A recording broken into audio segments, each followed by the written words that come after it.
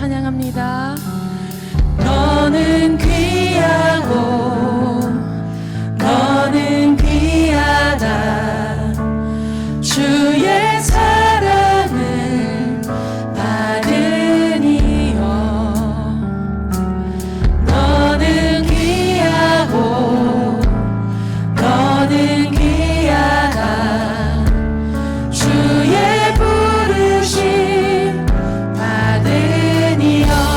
당신이 부르신 곳에 당신이 부르신 곳에 나 항상 있기 원하네.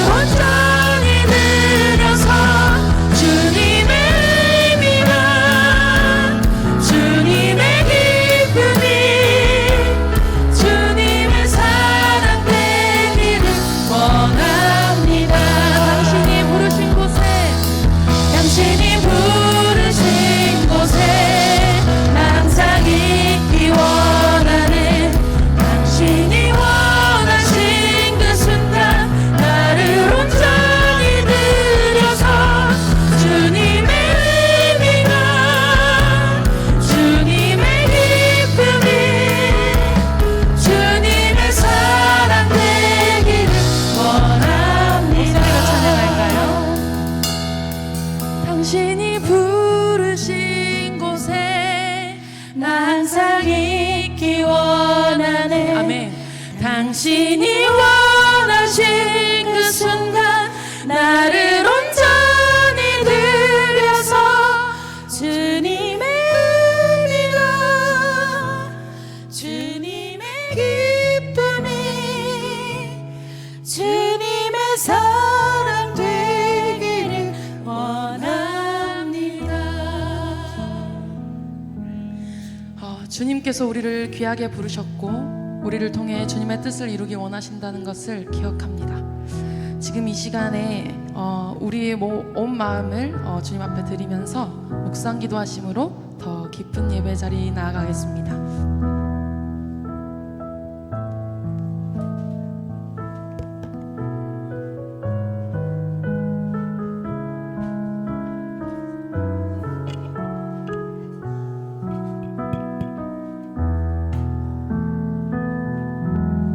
다 같이 묵도하심으로 2026년 1학기 신앙 수련회를 시작하겠습니다.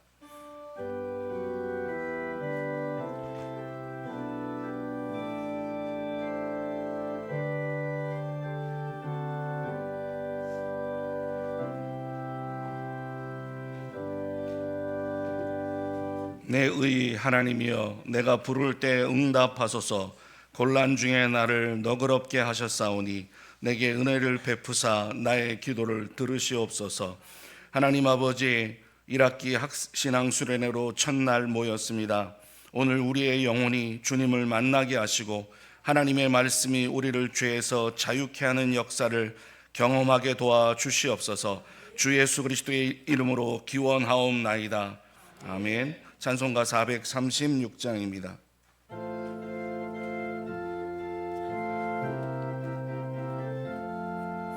나 이제 주님의 새 생명 얻은 몸, 옛것은 지나고 새 사람이로다. 그 생명 내 맘에 강같이 흐르고 그 사랑 내게서 해같이 빛난다. 영생을 누리며 주 안에 살리라. 오늘도 내일도 주 함께 살리라. 주 안에 감추인 새 생명 얻으니 이전에 줬던 것 이제는 값없다. 하늘의 은혜와 평화를 맛보니 찬송과 기도로 주 함께 살리라. 영생을 누리며 주 안에 살리라. 오늘도 내일도 주 함께 살리라. 산천도 초목도 새 것이 되었고 죄인도 원수도 친구로 변한다.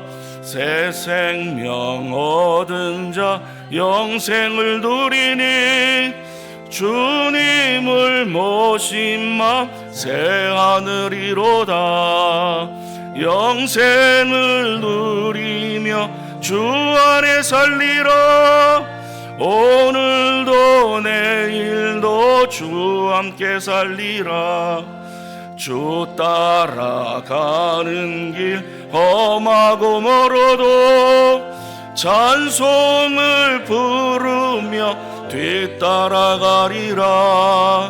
나 주를 모시고 영원히 살리라. 날마다 섬기며 주 함께 살리라. 영생을 누리며 주 안에 살리라. 오늘도 내일도 주 함께 살리라. 이 시간 김종호 신대원 원우회장 나오셔서 대표 기도해 주시겠습니다.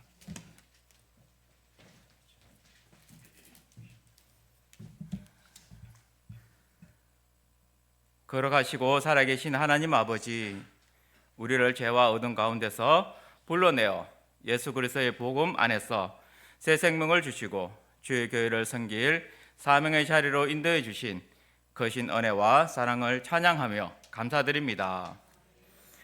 바쁜 학업과 사역 가운데서도 이 시장 수련회의 자리로 우리를 불러주셔서 잠시 걸음을 멈추고 하나님의 말씀 앞에 다시 서게 하시니 이 시간 우리에게 큰 은혜의 시간이 되게 하옵소서.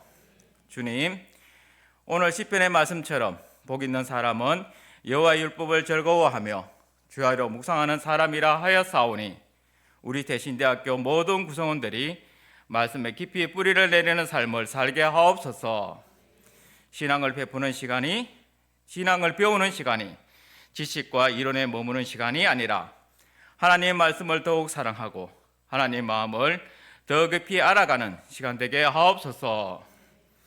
그래서 우리의 신앙과 삶과 사역이 시냇가에 심은 나무처럼 말씀 위에 깊이 뿌리 내리게 하옵소서. 주님, 학교의 각 기관 부서에서 묵묵히 헌신하시는 교육자들과 직원들을 축복하여 주옵소서. 그들의 섬김이 헛되지 않게 하시고 그 손길마다 주님의 위로와 은혜가 넘치게 하시며 그들의 수고를 통하여 학교가 질서와 사랑으로 더욱 든든히 서게 하여 주시옵소서. 또한 말씀으로 학생들을 지도하시는 교수님들께 지혜와 경건과 성령의 감동을 더하셔서 영혼을 세우는 목회자의 심정으로 다음 세대 사역자들을 양육하게 하옵소서. 교수님들의 강의와 삶을 통하여 하나님의 진리와 사랑이 드러나게 하옵소서. 주님, 대신대학교를 사랑하여 주시옵소서. 이 학교가 하나님 나라의 일꾼을 세워가는 귀한 신앙의 공동체로 계속 사용하게 하옵소서. 특별히 세계 여러 나라에서 귀한 외국인 학생들을 보내주심을 감사드립니다. 이들이 대신대학교에서 열심히 공부하고 우리는 이 학생들에게 잘 섬김으로 예수 그리스도의 사랑을 체험하고 온전히 깨닫게 하시며 예수 그리스도를 구주로 영접하게 하옵소서. 그래서 다시 그들의 나라로 돌아갈 때 복음의 정인으로 세워져 각 나라 가운데 복음의 빛을 전하는 귀한 전도자들로 쓰임받게 하옵소서. 또는 대신대학교를 이끌고 계시는 제대 총장님을 기억하여 주옵소서. 총장님의 건강을 지켜주시고 하나님의 지혜와 은혜를 더하여 주셔서 대신대학교를 믿음과 진리 위에 굳게 세워가게 하옵소서. 오늘 귀한 말씀을 전해주실 대구공항교회 담임 목사이신 임대규 목사님을 주님의 손에 올려드립니다. 성령의 충만함을 붙들어 주셔서 뿌리 깊은 나무처럼 일하는 말씀이 우리의 심령 깊은 곳에 심겨지게 하옵소서. 그 말씀을 통하여 우리의 신앙이 새로워지고 우리의 소명이 더욱 분명해지는 시간 되게 하옵소서. 이번 신앙순회를 통하여 우리의 심령이 새로워지고 우리의 소명이 다시 불부터 앞으로 맡겨질 교회와 열방을 섬기는 하나님 종들로 굳게 세워지게 하옵소서. 모든 영광을 받으실 우리 주 예수 그리스도 이름으로 감사하며 간절히 기도롭나이다. 아멘.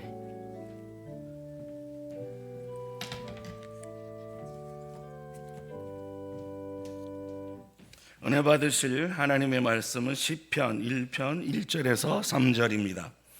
복 있는 사람은 악인들의 꾀를 따르지 아니하며 죄인들의 길에 서지 아니하며 오만한 자들의 자리에 앉지 아니하고 오직 여호와의 율법을 즐거워하여 그의 율법을 죄하러 묵상하는도다.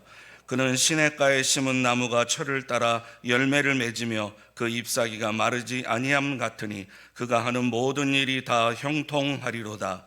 아멘. 이 시간 신대원 원우님들 특송이 있겠습니다.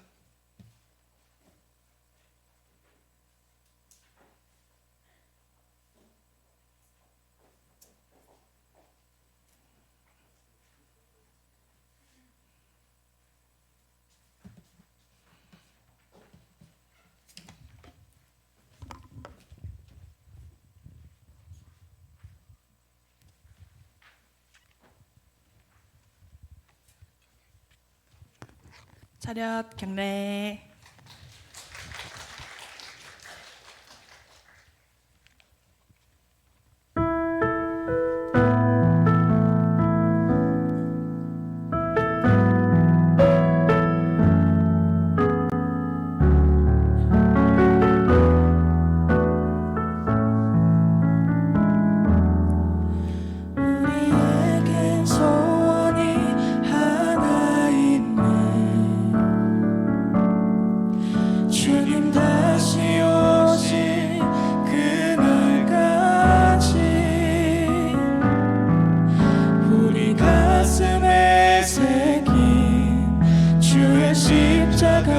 사랑 나의 교회를 사랑케 하네.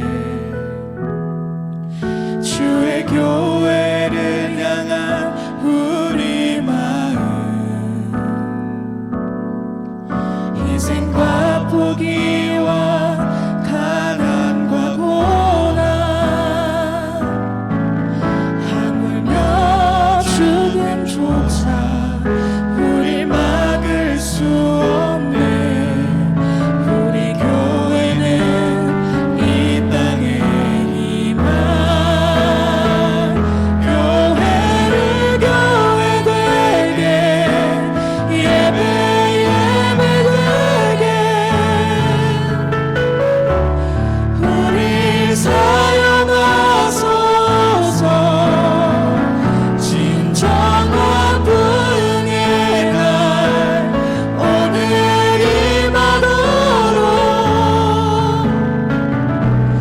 우리 사용하소서. 교회를 교회 되게 예배 되게 우리 사용하소서.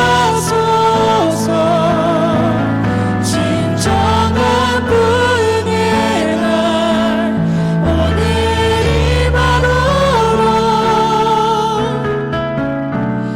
우리 사용하소서.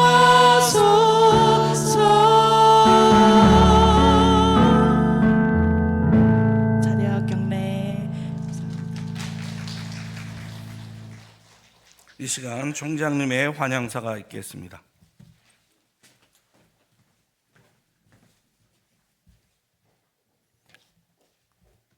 (2026학년도) 봄학기가 이제 시작이 되었습니다.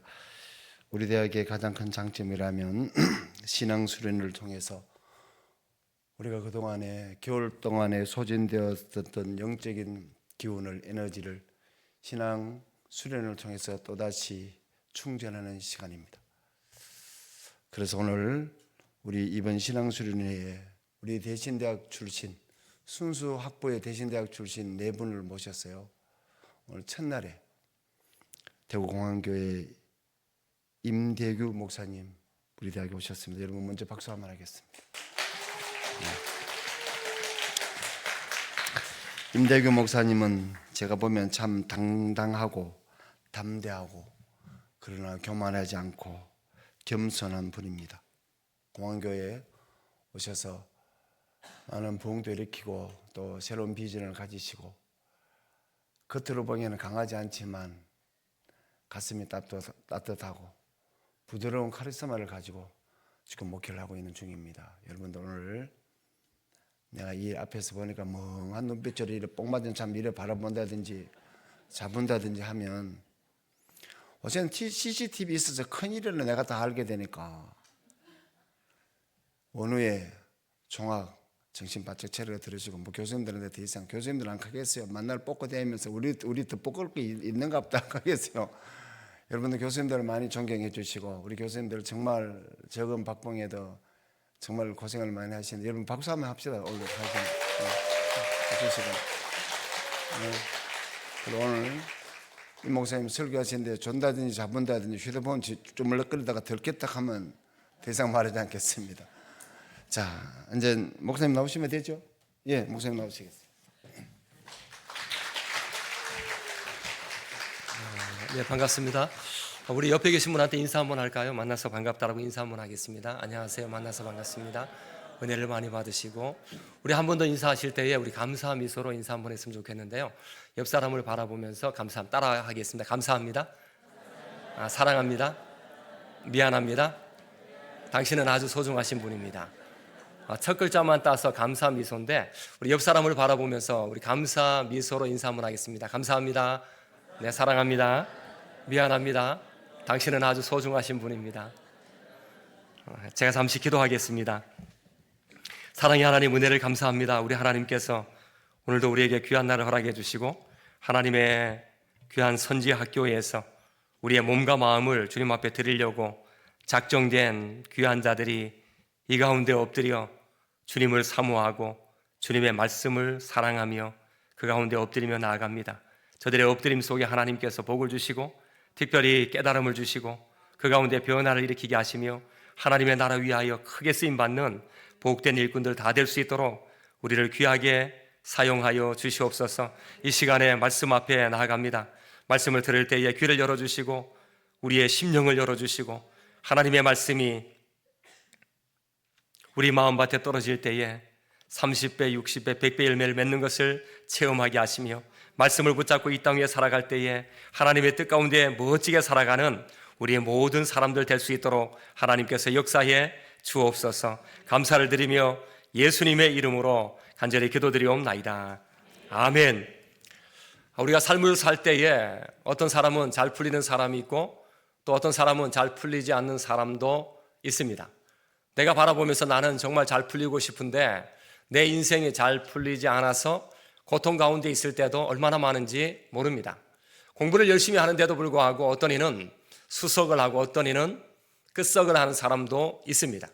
학교에서 부지런하게 몸 관리를 위해서 애를 쓰는데 어떤 이는 몸이 건강한 사람이 있고 또 어떤 사람은 몸이 건강하지 않은 사람도 그 가운데 있습니다.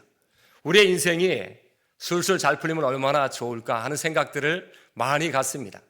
여러분의 삶을 놓고 이렇게 돌아보면 여러분의 삶에는 가정에 대한 형편도 다 다를 것이고 인생을 살아왔던 그런 환난과 고난과 어려움도 다 다를 것이고 또 그 가운데는 하나님께서 나를 인도하고 있구나라고 하는 것들을 우리가 그 속에서 발견할 때도 있다는 것입니다. 우리가 이 땅에 살아갈 때 우리는 어떻게 살아야 되느냐?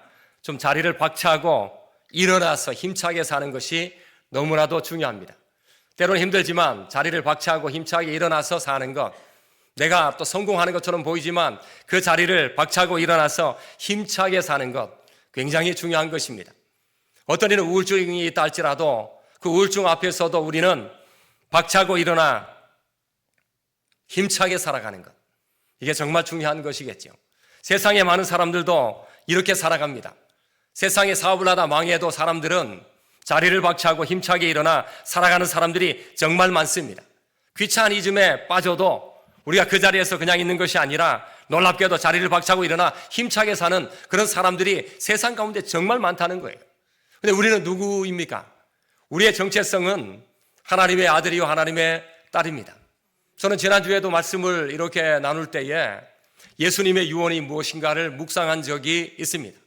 예수님의 유언이 무엇인가라고 하면서 우리의 죄를 용서하셨다라고 하는 것이 유언이다. 그것을 붙잡고 사니까 이 땅 위에 이미 예수님께서 발휘하신 그런 죄사함의 권세를 가지고 살 만한 이유가 있기 때문에 이 땅 위에서 굴하지 않고 비굴하지 않게 살 수 있는 이유가 우리에게 있다는 거죠. 세상 사람도 박차고 일어나서 힘차게 사는데 내 안에 예수님을 모시고 산다면 우리는 어떻게 해야 될까요? 세상 속에 살면서 박차고 일어나 힘차게 희망 갖고 사는 것이 무엇보다 중요합니다. 여러분의 삶의 형편은 전부 다 다를 것입니다. 그러나 여러분들 그 자리에서 일어나십시오.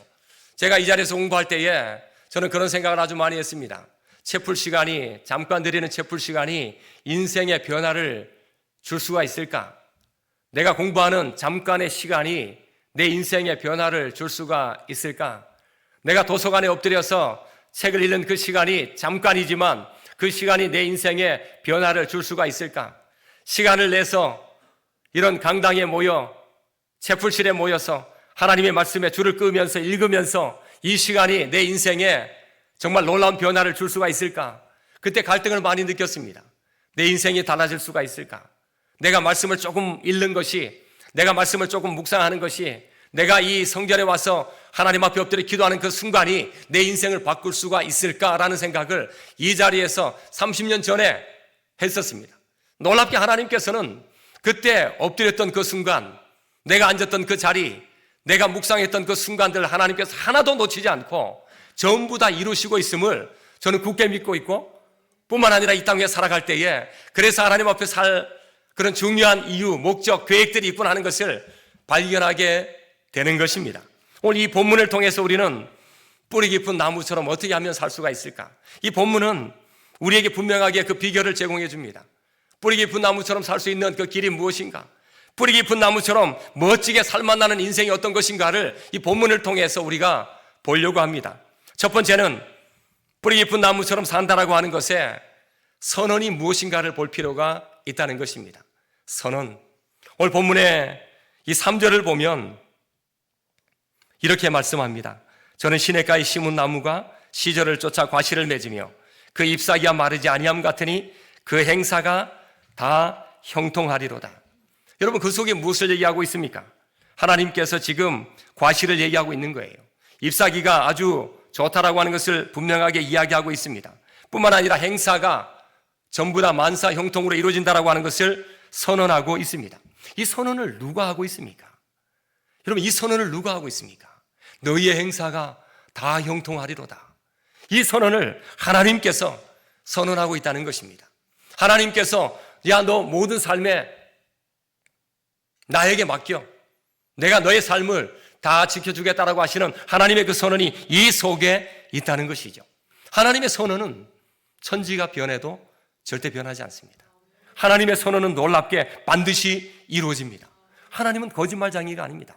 하나님은 하신 말씀을 그대로 이루십니다.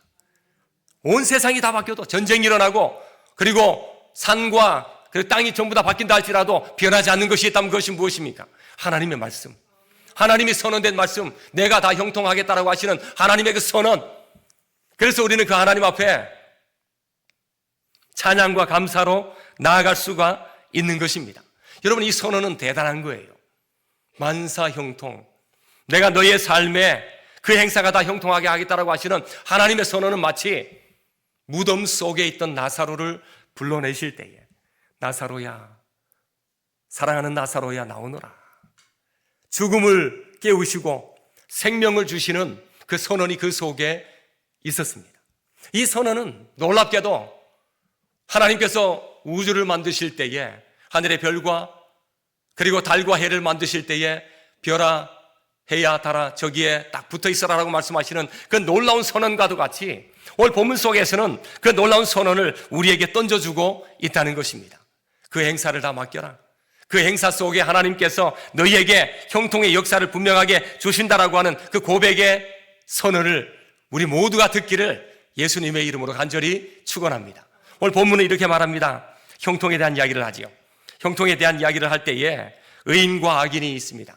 의인은 어떤 사람입니까? 의인은 이 본문을 자세히 보면은 나무라는 것입니다. 그리고 뿌리가 깊이 박혀 있습니다. 그리고 영양분을 많이 받습니다. 나뭇잎이 아주 좋습니다. 그리고 열매를 많이 맺습니다. 그리고 그 자리에서 정착을 해가 사는 것이 의인의 삶이다라고 분명하게 말씀하고 있습니다. 악인은 무엇입니까? 악인은 기와와 같다라고 말합니다. 악인은 뿌리가 없다는 것이죠. 악인은 영양분을 받을 수가 없습니다. 악인은 잎사귀가 없습니다. 악인은 열매도 없습니다. 그래서 이 악인은 어떻게 됩니까? 정착할 수가 없다는 것입니다. 오늘 본문의 이 1장을 자세히 보면은 이 만사 형통의 비결이 어디에 있느냐? 의인의 모임에 들어가라고 그렇게 말씀하고 있습니다. 의인의 모임에 들어가라고 하는 것은 의인과 교제를 하는 것이죠. 여러분, 이 학교에는 많은 학생들이 있을 것입니다. 아마 의롭게 사는 학생도 있을 것이고 또한 선하게 사는 학생들도 있을 것이고 기도를 많이 하는 학생도 있을 것이고 또 하나님 앞에 엎드려서 말씀을 많이 묵상하는 그런 학생들도 있을 것이고 학문 연구에 있어서 매진하여 최선 다하는 그런 학생들도 그 가운데 있을 것입니다. 그래서 아름다운 교제가 그 속에 일어나야 돼요. 그 교제가 의인의 교제가 되는 것입니다. 선을 나누고 또한 기쁨을 나누고 하나님의 일하심을 나누고 하나님의 역사를 나눌 수 있는 그 놀라운 모습, 그 교제라고 하는 것이 무엇입니까? 하나님이 알아주시는 삶을 위해서 사는 거예요. 우리는 교수님께 인정받는 것이 아닙니다. 우리는 하고 원우회에 인정받는 것이 아닙니다. 우리는 누구에게 인정받아야 되느냐? 하나님 앞에 인정받는 거예요. 그래서 이 학교에서는 그게 자유가 되어 있습니다. 내가 어떤 일을 할 것인가?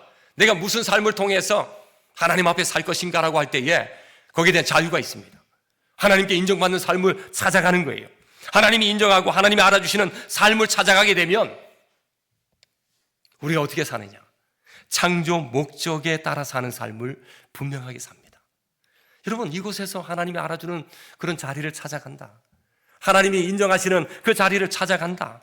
의인들이 모여서 교제하는 그 자리를 찾아간다라고 할 때에 우리가 발견하는 것이 무엇인가라고 하면 창조 목적에 따라 내가 어떻게 지음을 받았는가를 발견하게 된다는 거예요. 내 삶을 하나님의 목적에 따라, 보내신 목적에 따라, 하나님이 의도하신 그 목적에 따라 의도하신 대로 내 삶을 드릴 수 있는 그 놀라운 기회가 우리에게 주어진다는 거죠. 그 삶이 어떤 것입니까? 갈라디아서 5장 22절 이하의 말씀을 보게 되면 거기에는 사랑과 희락과 화평과 오래 참음과 자비와 양성과 충성과 온유와 절제, 성령의 열매가 그 가운데 있다라고 그렇게 말합니다. 서로 사랑하는 거예요. 서로 돌아보는 거예요. 서로 아껴주는 거예요. 그 속에 열매를 맺는 거예요. 사회에 헌신하는 거예요. 공부에 매진하는 거예요. 그리고 이 학교에 헌신하는 겁니다. 그럼 그 속에 무엇이 맺혀집니까? 하나님이 기뻐하시는 삶의 열매가 그 속에 일어나게 되어 있다는 것입니다. 우리가 종종 이 형통이라는 말을 번영이라는 말로도 바꿀 수가 있습니다. 번영이라고 하는 말은 잘 되어 가고 있는 상태를 말합니다. 내 가정도 잘 되어 가고 있고, 내가 지금 가르치는 것도 잘 되어 가고 있고, 내가 배우는 것도 잘 되어 가고 있고, 그리고 나의 삶의 현장 속에 일하는 것도 잘 되어 가고 있는 이 모든 상태를 분명하게 말합니다. 이런 상태가 언제 잘 될까요? 성경에서 이런 상태를 분명하게 지적해 주는 데가 있습니다. 그게 시편 23편 1절의 말씀입니다. 여호와는 나의 목자시니 내게 부족함이 없으리로다. 여러분, 시편 23편 1절이 기억나십니까? 우리 시편 23편 1절을 같이 한번 읽어볼까요? 시작. 여호와는 나의 목자시니 내게 부족함이 없으리로다. 우리 한 번 더 시편 23편 1절을 한 번 더 읽어볼까요? 시작.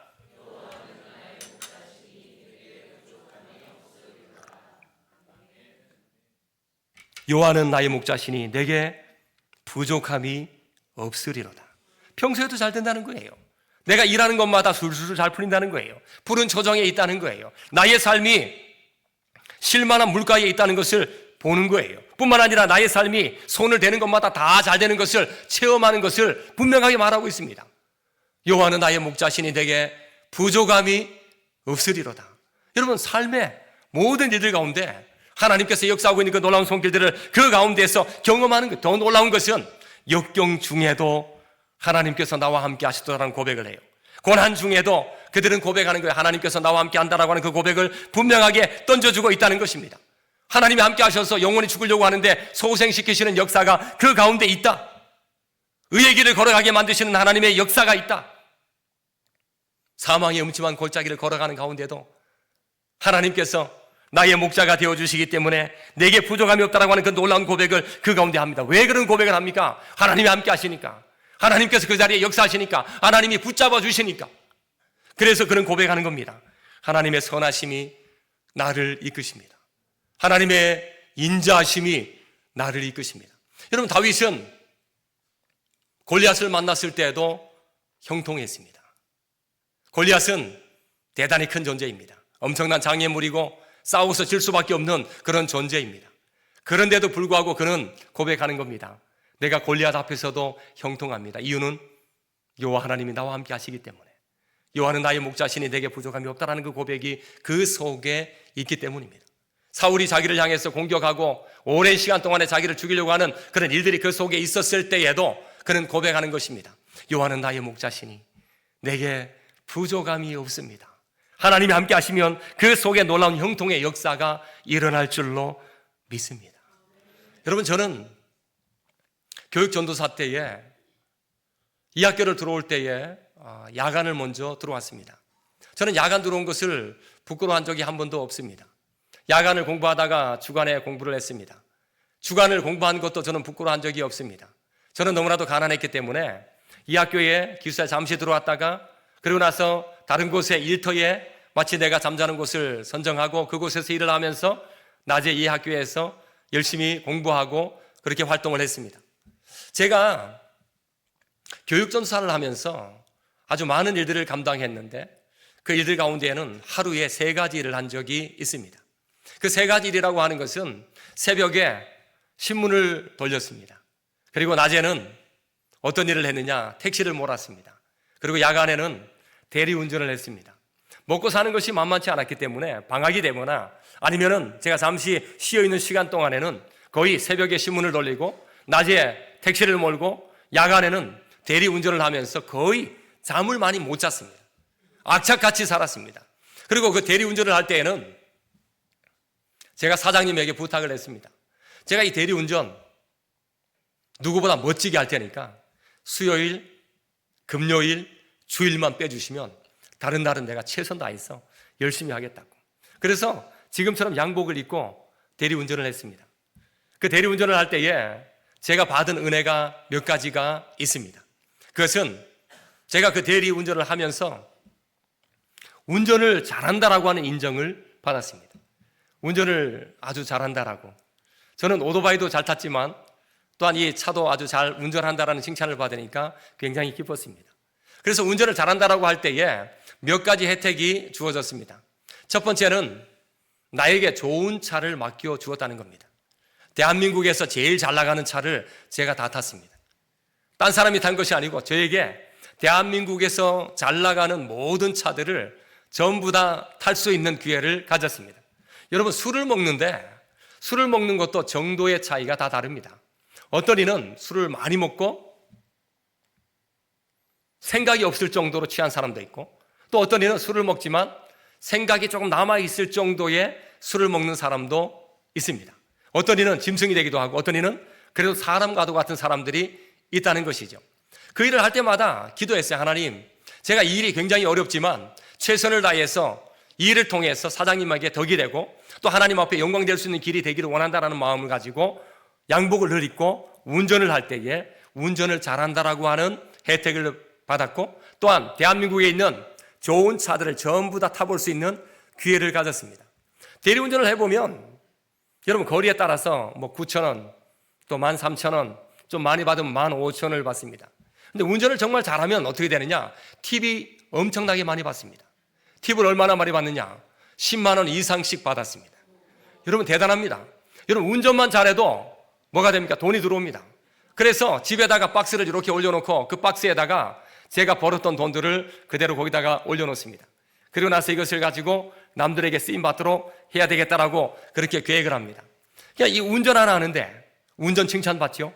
그리고 운전 잘한다라고 좋은 차를 타죠. 그리고 운전 잘한다라고 해서 팁을 10만 원 이상씩 받는 경우가 굉장히 많았죠. 더 나아가서 사장님과 회장님과 대화를 나눌 때에 이런 대화를 많이 나눴습니다. 기사님하고 대화를 해보니까 보통 사람이 아닌 것 같습니다. 여러분, 정말 멋진 말 아닙니까? 여러분, 보통 사람 아니라는 말을 진짜 많이 들었습니다. 그래서 제가 물었습니다. 어떤 사람입니까? 라고 하니까 친절하고 매너 있고, 그리고 아까 총장님 얘기했지만 때로는 강함, 때로는 부드러움, 그리고 때로는 겸손하게 사는 것, 아주 저를 굉장히 칭찬해 주셨는데 대리운전할 때 그런 이야기들을 그 속에서 들었습니다. 대리운전을 하면서 제가 받았던 명함이 100장이 넘습니다. 그 100장은 전부 다 혹시나 이 일을 안 하면 우리 회사에 꼭 연락하면 내가 당신을 써주겠다라는 연락을 받았던 명함 100장 이상 받았어요. 여러분, 제가 지금 신문 배달도 했죠. 택시 운전도 했죠. 그 얘기는 아직 하지도 않았습니다. 그냥 대리운전만 할 때에도 어마어마하게 하는 그 일들이 그 속에 있었다는 것입니다. 여러분, 그때 저는 품었던 마음이 있습니다. 그것은 제가 번 돈을 가지고 무언가 누군가에게 귀하게 쓰임받으면 좋겠다. 하나님께서 역사하는 그 손길이 무엇일까라고 하는 그 방향을 잡고 그와 같은 목적 속에 조금씩 모았던 통. 그래서 저희 집에 한 달에 와서 식사했던 사람들을 한 날 계산해 보니까 66명이 우리 집에 와서 식사를 했다니. 여러분, 저는 깜짝 놀랐습니다. 한 달에 66명이 우리 집에 와서 식사할 때에 우리 집에서 그 사람들에게 전부 다 제공을 다 하고 식사를 하고 섬겨주었던 때 정말 멋지다고 저는 생각합니다. 1년이 지나고 난 다음에 통닭 값이 100만 원이 넘고 쿠폰에 보면 삼겹살 값이 100만 원이 넘고 여러분 한 200만 원이 넘게 우리 집에 오는 많은 사람들에게 닭을 주고 또 돼지를 주면서 그렇게 살았던 삶이 있었습니다. 근데 그때 하나 정말 중요한 거죠. 하나님, 내가 주님이 함께 하시면 무슨 일이든지 할 수 있습니다. 하나님이 함께 하시면 내가 최선을 다해서 그 속에 예수 믿는 향기를 드러내겠다라고 하는 각오와 결단이 그 속에 있었습니다. 근데 하나님은 늘 함께 하셨어요. 하나님이 늘 함께 하셔서 일이 잘 풀리는 것을 경험했어요. 여러분, 저는 하나님이 늘 함께 하셔서 과정 중에 일하시는 하나님을 그 가운데 만났어요. 일이 정말 잘 풀리는데 늘 하나님이 함께 하셔서 그 가운데 하나님이 결과 가운데도 역사하시는 것을 저는 체험했어요. 여러분, 하나님은 놀라우신 분이십니다. 하나님이 선언하세요. 하나님이 어떤 선언을 하고 계십니까? 하나님께서는 이런 선언하세요. 너희의 행사가 다 형통하리로다. 한번 따라할까요? 나의 행사가 다 형통하리로다. 그렇게 될 줄로 믿습니다. 여러분의 하는 모든 일들이 하나님께서 함께 하셔서 과정도 풀리고 결과도 풀리고 삶의 현장 속에 형통의 역사가 일어나기를 예수님의 이름으로 간절히 축원합니다. 두 번째로, 우리 본문을 보면서 뿌리 깊은 나무처럼 될 수 있는 비결이 있다면 그것은 무엇일까? 그것은 묵상이라는 것을 이 본문을 통해서 우리는 보게 됩니다. 특별히 1절의 말씀을 보면은 복 있는 사람은 이라는 말을 던져냅니다. 2절에 가면은 오직 여호와 율법을 즐거워하여 그 율법을 주야로 묵상하는 자다라고 그렇게 말합니다. 복 있는 사람은 어떤 사람인가라고 할 때에 오직 여호와 율법을 즐거워하여 율법을 주야로 묵상하는 사람, 여기에는 세 가지의 단어가 들어가 있습니다. 이 세 가지 단어가 굉장히 중요합니다. 2절을 자세히 보시면 여호와라는 것이죠. 여호와. 또 하나는 율법이라는 것입니다. 율법. 또 하나는 묵상이라는 것입니다. 이 세 단어가 복 있는 사람의 삶인 것을 던져줍니다. 그럼 복 받는 것은 무엇입니까? 복 받는 것은 하나님과의 관계가 바로 되었을 때부터 그 복은 시작이 됩니다. 하나님과의 관계가 올바른 관계를 맺었을 때부터 그때 만사 형통의 일이 열리게 된다는 것입니다. 저는 얼마 전에 금호강길을 좀 걸은 적이 있습니다. 그때 3월 3일쯤 되는데 그때에 정월 대보름 축제하는 것을 본 적이 있습니다. 거기에 한 2만 명이 넘게 모였어요. 이 금호강 쪽에 그 둔치에 사람들이 2만 명이 넘게 모였대요. 2만 명이 모여서 뭘 하느냐? 축제를 하는 거죠. 때로는 윷놀이도 하고, 때로는 자전거도 타고, 때로는 활도 쏘고, 때로는 팽이도 돌리고, 때로는 악기도 나누고, 때로는 노래도 부르면서 함께 축제를 하는 거였습니다. 그 가운데 무엇이 있었냐면 거기에 달집이라고 하는 것이 아주 높이 세워져 있었습니다. 제가 봤을 때 한 5m에서 한 7m 되는 달집이었습니다. 그 달집은 뭐냐라고 할 때에 달집 속에 사람들이 전부 다 달라붙어가 줄을 서가지고 거기다가 뭔가를 붙이고 있었습니다. 자세히 보니까 아마 자기의 소원을 그 속에다가 붙인 것 같습니다. 그래서 제가 딱 물어봤어요. 좀 무엇입니까? 예, 애군을 태우는 겁니다. 애군. 재수 없는 것, 불행한 것, 안 되는 것, 망하는 것, 그리고 아픈 것, 귀신이 달라붙은 것 모두 다 애군인데 그런 것들을 전부 다 저기다가 붙여놓고 달집을 태울 때에 우리의 삶이 회복되도록 하는 그런 행사였습니다. 여러분, 세상 사람들은 정성이 정말 대단합니다. 세상 사람들은 이 땅 위에 살아갈 때에 그들이 복받고 싶은 마음, 잘 되고 싶은 마음, 형통하고 싶은 그 마음들이 얼마나 많은지 소원을 적어요. 줄을 서요. 그리고 거기에 수십 명, 수백 명이 막 붙이려고 서로 경쟁해요. 그리고 자기 삶 가운데 애군이 떠나가게 해달라고 불을 확 피웠을 때에 그 불 속에 전부 다 떠나가게 해달라고 그렇게 비는 사람들. 여러분들은 어떻습니까? 복 있는 사람은, 오늘 본문은 분명히 말합니다. 이 복 있는 사람은 세 단어에 집중할 것을 분명히 말씀하고 있습니다. 하나님과 올바른 관계가 복 있는 사람의 출발이라는 거예요. 여러분, 다른 데서 시작되는 것이 아닙니다. 하나님과의 그 관계가 올바른 관계에서부터 물가에 심겨진 이 과일나무가 된다는 것을 우리에게 말씀해 주고 있습니다. 여러분, 성경을 한 군데 찾아보실까요? 예레미야 17장 한번 찾아보십시오. 예레미야 17장 7절과 8절입니다. 구약 성경 예레미야 17장 7절과 8절을 한번 찾아보십시오.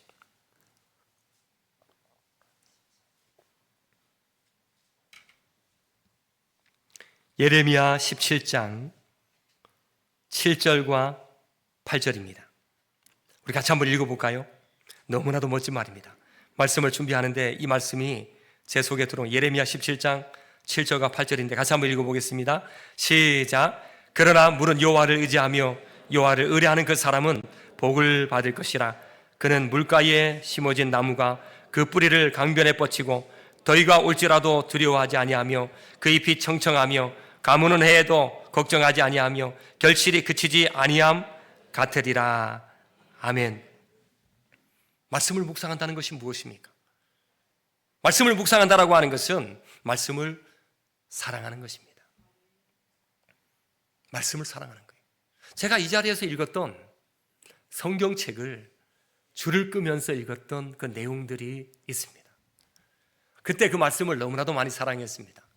창세기에서부터 계시록까지 내가 정말 사랑하는 말씀들을 읽고 줄을 한번 쳐보자라고 하는 것이 저의 목적이었습니다.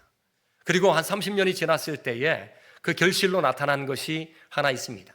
창세기 1장에 내가 은혜 받은 그 구절이 무엇인가를 뽑아냈습니다. 계시록 마지막 장에 읽었던 내가 은혜 받은 말씀이 무엇인가를 뽑아냈습니다. 1189절을 뽑아냈습니다. 그래서 저는 그것을 1189 암송집이라고 이름하여 제가 지금 그것을 만들어내고 있습니다. 여러분, 그때 읽었던 하나님의 말씀, 내가 읽을 때마다 무슨 생각을 하느냐? 아, 내 이 말씀 사랑했지. 그때 이 말씀 읽으면서 이런 생각했지. 이 말씀을 읽을 때 내 줄을 쳤지. 이 말씀을 내가 마음에 거주하기 위해서 애를 썼지. 묵상이 뭐예요? 묵상이라고 하는 것은 말씀을 사랑하는 겁니다. 묵상이라고 하는 것은 말씀이 내 안에 거하게 하는 것입니다. 이 묵상이라고 하는 것은 이 말씀이 내 속에 들어와서 거주하게 만드는 그 작업입니다. 어떤 일이 벌어져도 그 말씀이 내 속에 들어와 그 말씀이 요동치게 만드는 작업. 그래서 저는 이 말씀을 읽을 때마다 이런 느낌을 아주 많이 받았습니다. 말씀이 소용돌이 되는 것.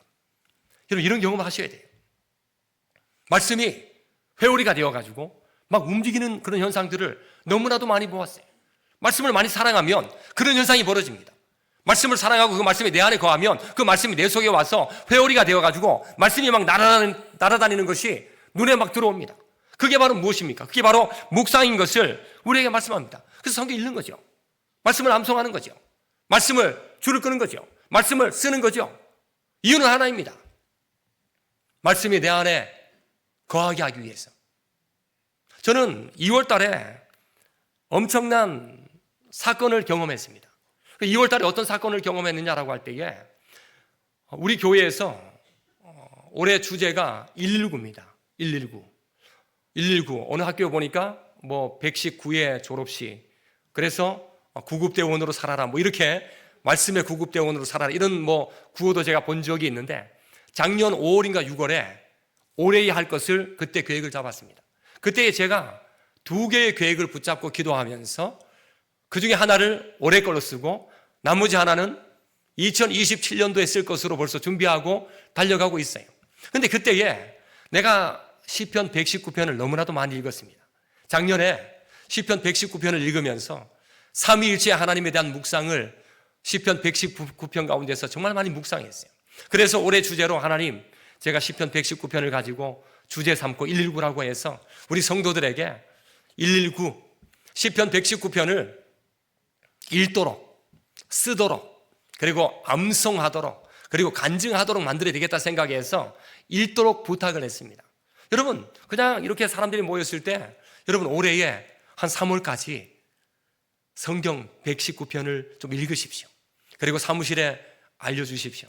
그때에 한 사람이 사무실에다가 연락이 왔습니다. 1월 말쯤 됐습니다. 1월 말에 그가 시편 119편을 몇 번 읽었는가? 330번을 읽었다라고 들어왔어요. 여러분, 저는 그때 이런 생각했어요. 아니, 목사가 뭐라고? 그리고 목회 철학이 뭐라고? 목적이 뭐라고? 올해 주제가 뭐라고? 시편 119편을 읽으라고 그냥 던졌는데 어떤 이는 그것을 읽을 때에 작정을 하고 1월 달에 330번을 읽었다. 어마어마한 것입니다. 그때 저는 이런 마음 품었습니다. 하나님, 저분에게 복 주세요. 저분 정말 대단한 분이라고. 저분이 1월 달에 저를 읽었으면 3월까지 1000번을 읽을 텐데 하나님, 저 사람이 우리 교회 전설이 되게 해달라고, 우리 교회에 기적의 응답을 받는 복된 자가 되게 해달라고 그렇게 기도했어요. 여러분, 대단한 거죠. 그리고 난 이후에 어떤 사건이 2월 달에 벌어졌느냐. 여러분, 이렇게 예배를 드리는데 여러분, 여기에도 지금 예배를 딱 드릴 때에 뭐 한 200명, 300명, 뭐 400명이 앉아 있잖아요. 여러분, 제 눈에 여러분들의 모습이 다 들어옵니다. 아까 총장님 뭐 고개 숙이고 핸드폰 만지지 말라고 했는데 제가 보니까 핸드폰 만지는 사람 한 사람도 없는 것 같아요. 전부 다 저를 다 뚜레져라 보고 있는 것에 대해서 얼마나 감사한지 모릅니다. 여러분, 이렇게 예배를 드리는데 말씀을 마이크를 잡고 설교를 하는데 저기 한 사람이 쓰러지는 거예요. 눈에 들어오는 거죠. 쓰러지는데 그 옆에 있는 사람이 가서 토닥토닥 어깨를 쳐주는데도 불구하고 저 사람이 거의 몸이 굳어가는 게 여기서 보이는 겁니다. 그때 제가 이 마이크를 잡고 이렇게 얘기했습니다. 여러분, 잠시만 말씀을 중단하겠습니다. 저기 위급한 상황이 있는 것 같은데 제가 잠시 가서 돕겠습니다. 내려갔습니다.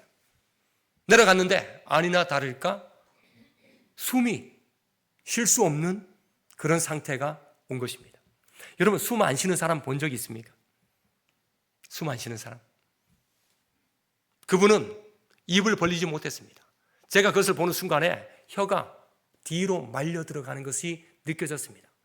제가 뒤에 뒷목을 딱 잡고 입을 벌리면서 혓바닥을 잡아가 꺼내야 되겠다. 그렇지 않으면 죽을 수가 있겠다 하는 생각이 들었습니다. 그런데 입을 얼마나 세게 다무는지 도저히 입을 열 수가 없었어요.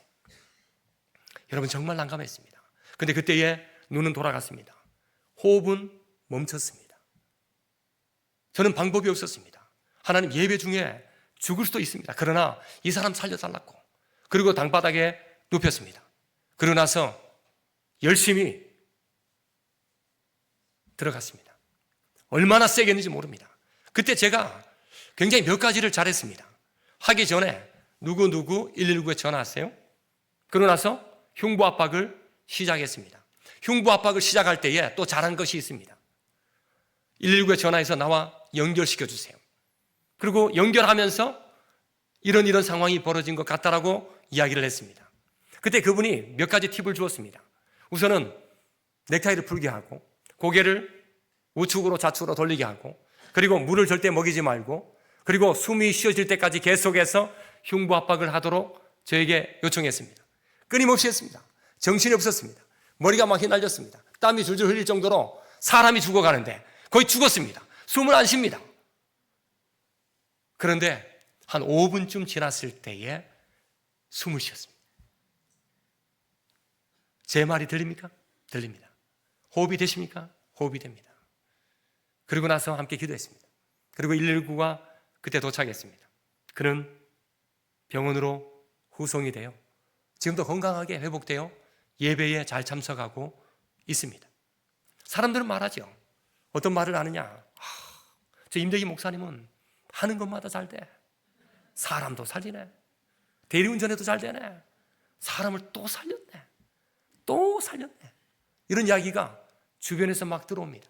그때 제가 어느 날 새벽에 그런 이야기들을 쭉 들으면서 생각을 했어요. 하나님, 제가 잘한 것도 사실이 있지만 하나님이 그때에 저에게 침착함을 주셨기 때문에 가능했습니다. 하나님이 그 가운데 기도하는 사람들을 그 가운데 주셨기 때문에 가능했습니다. 그 가운데 간호사를 그 주변에 들어오게 하셔서 가능했습니다. 사람들이 함께 두드리고 신고해 줬기 때문에 가능했습니다. 모두 다 합력해요.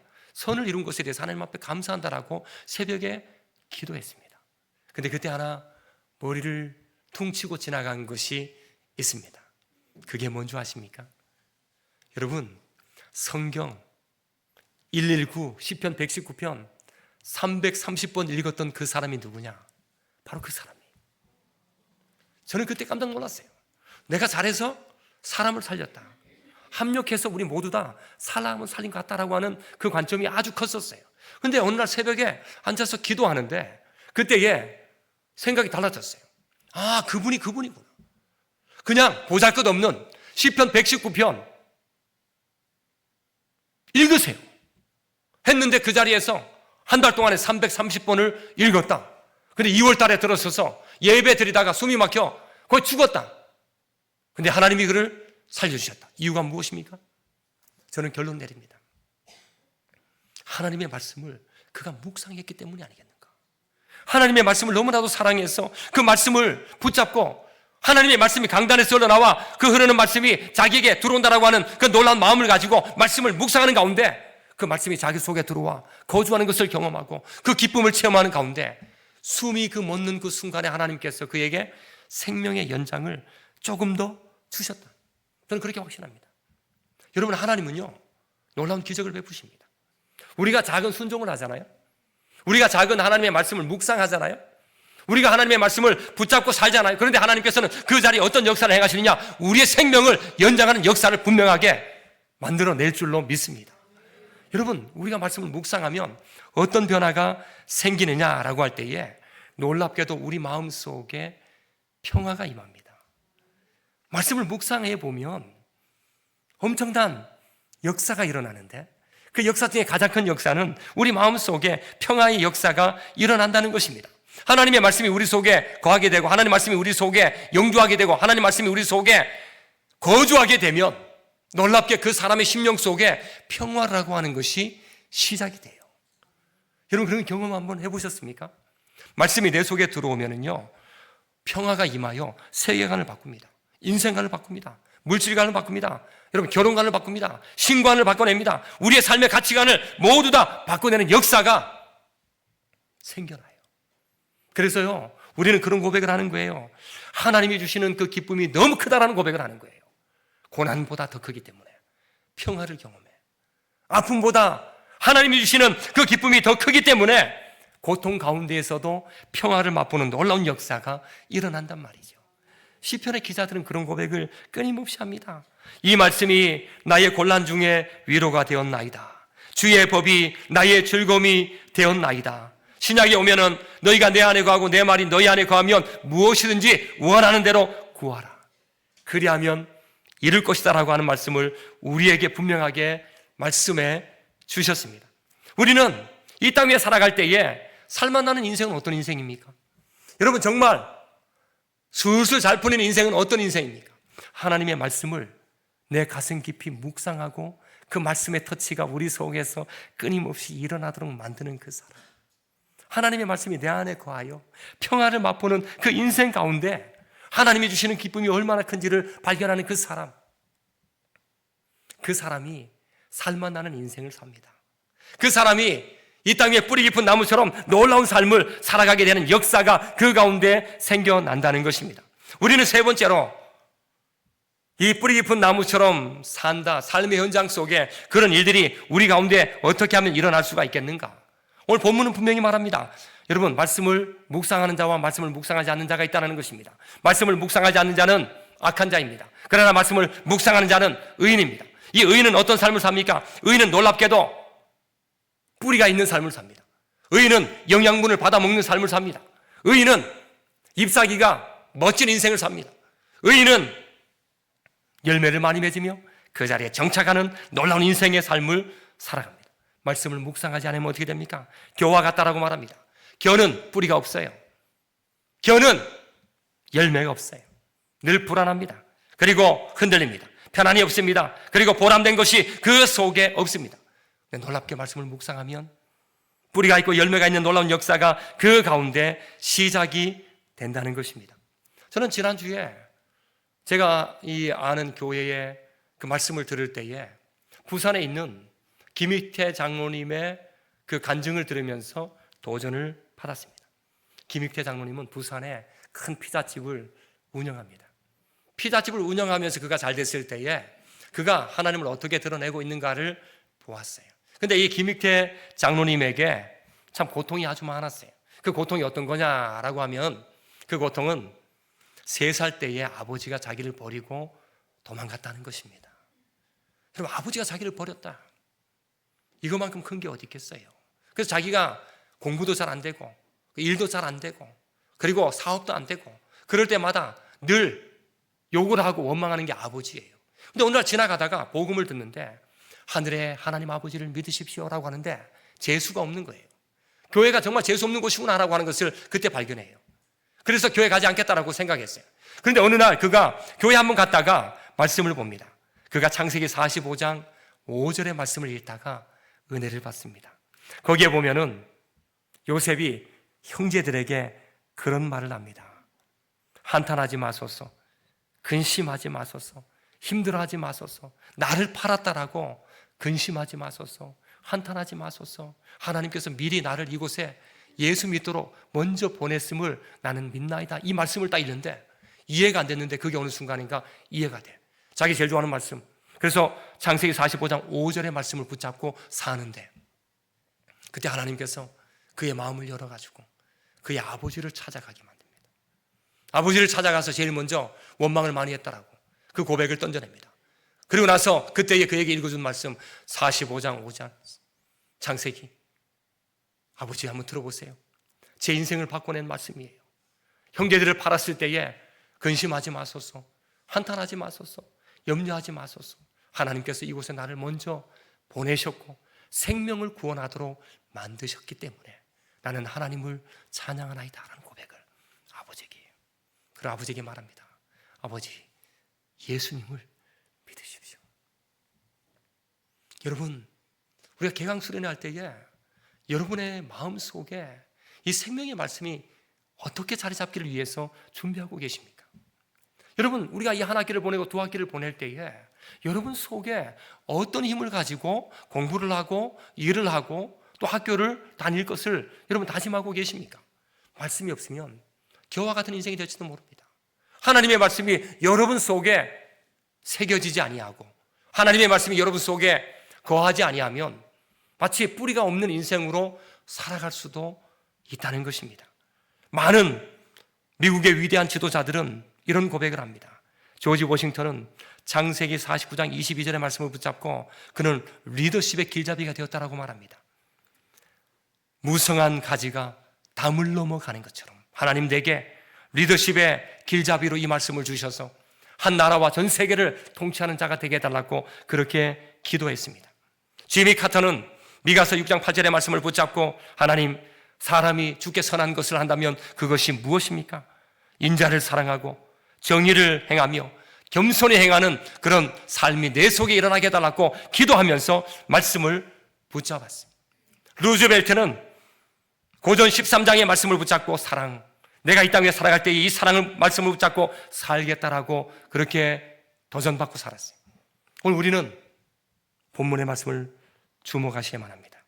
오늘 본문에 여러분 3절을 보십시오. 우리 3절을, 이 본문의 3절을 같이 한번 읽어보겠습니다. 시작.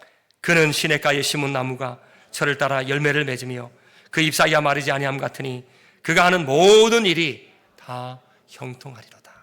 이 놀라운 말씀이 여러분을 향한 선언임을 고백하시고 그 하나님과 동행하시고 그리고 그 속에 말씀을 통해 묵상하면서 여러분의 인생 가운데 술술 풀리는 하나님의 일하심을 볼 수 있는 복된 자들 다 되시기를 예수님의 이름으로 간절히 축원합니다.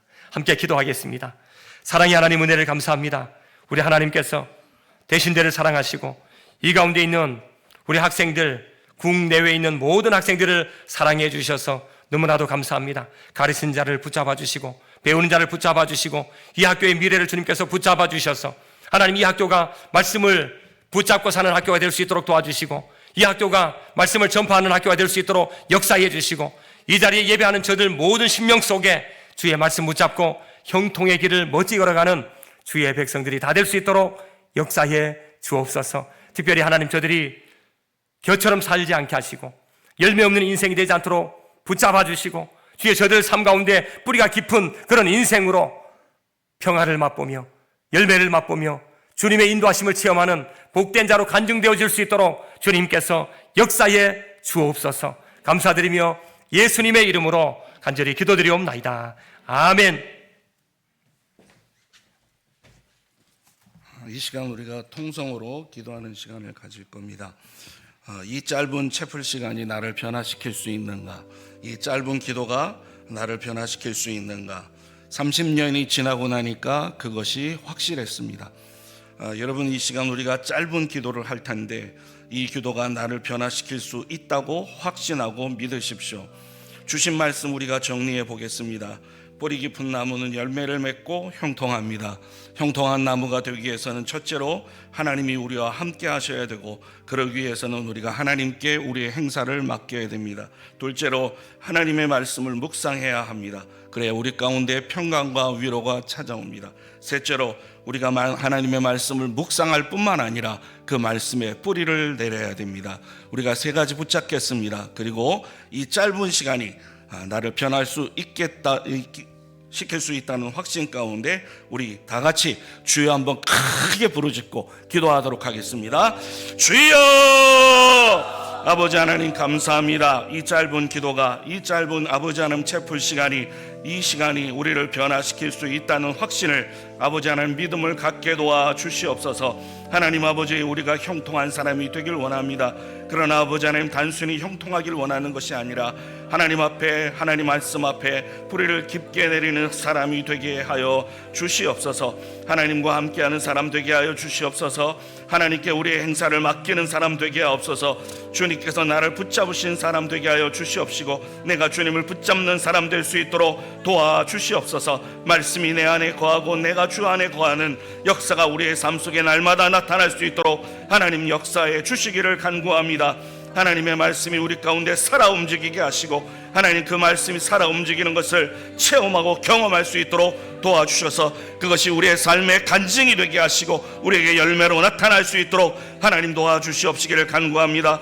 하나님 아버지, 시간이 날 때마다 시간을 내어서 하나님의 말씀을 묵상하게 하옵소서. 그 말씀의 묵상의 힘이 무엇인지를 경험하게 하시고 평강과 위로가 우리에게 찾아옴을 말씀을 통해서 알게 하여 주시옵소서. 우리가 말씀을 묵상할 때 그 말씀이 우리 안에 거하시며 말씀이신 주님이 우리 안에 거하시는 것을 우리가 아버지 안에 알도록 도와주시고 하나님 믿도록 도와주시옵소서. 하나님, 우리가 말씀을 묵상할 뿐만 아니라 그 말씀에 뿌리를 내리게 도와주시옵시고 아버지 하나님 시절을 따라 아버지 열매 맺는 것을 경험하고 그래서 우리의 삶 속에 말씀 안에 거하는 간증이 나타날 수 있도록 도와주시옵소서. 신앙수련의 첫 시간을 통해서 우리에게 하나님께서 말씀하시는 것을 깊게 붙잡을 수 있도록 도와주시옵시고 이 말씀대로 살아서, 하나님 말씀대로 살아서 아버지 열매를 맺어 복된 삶이 되게 하옵소서. 주 예수 그리스도의 이름으로 기도드립니다. 아멘. 찬송가 430장 드리겠습니다.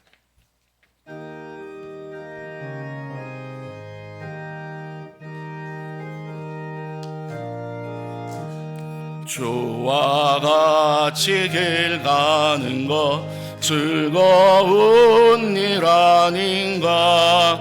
우리 주님 걸어가시 발자취를 밟겠네. 한 걸음 한 걸음 주 예수와 함께 날마다 날마다 우리 걸어가리. 어린아이 같은 우리 미련하고 약하나 주의 손에 이끌리어 생명길로 가겠네. 한 걸음 한 걸음 주 예수와 함께 날마다 날마다 우리 걸어가리. 꽃이 피는 들판이나 험한 골짜기라도 주가 인도하는 대로 주와 같이 가겠네. 한 걸음 한 걸음 주 예수와 함께 날마다 날마다 우리 걸어가리.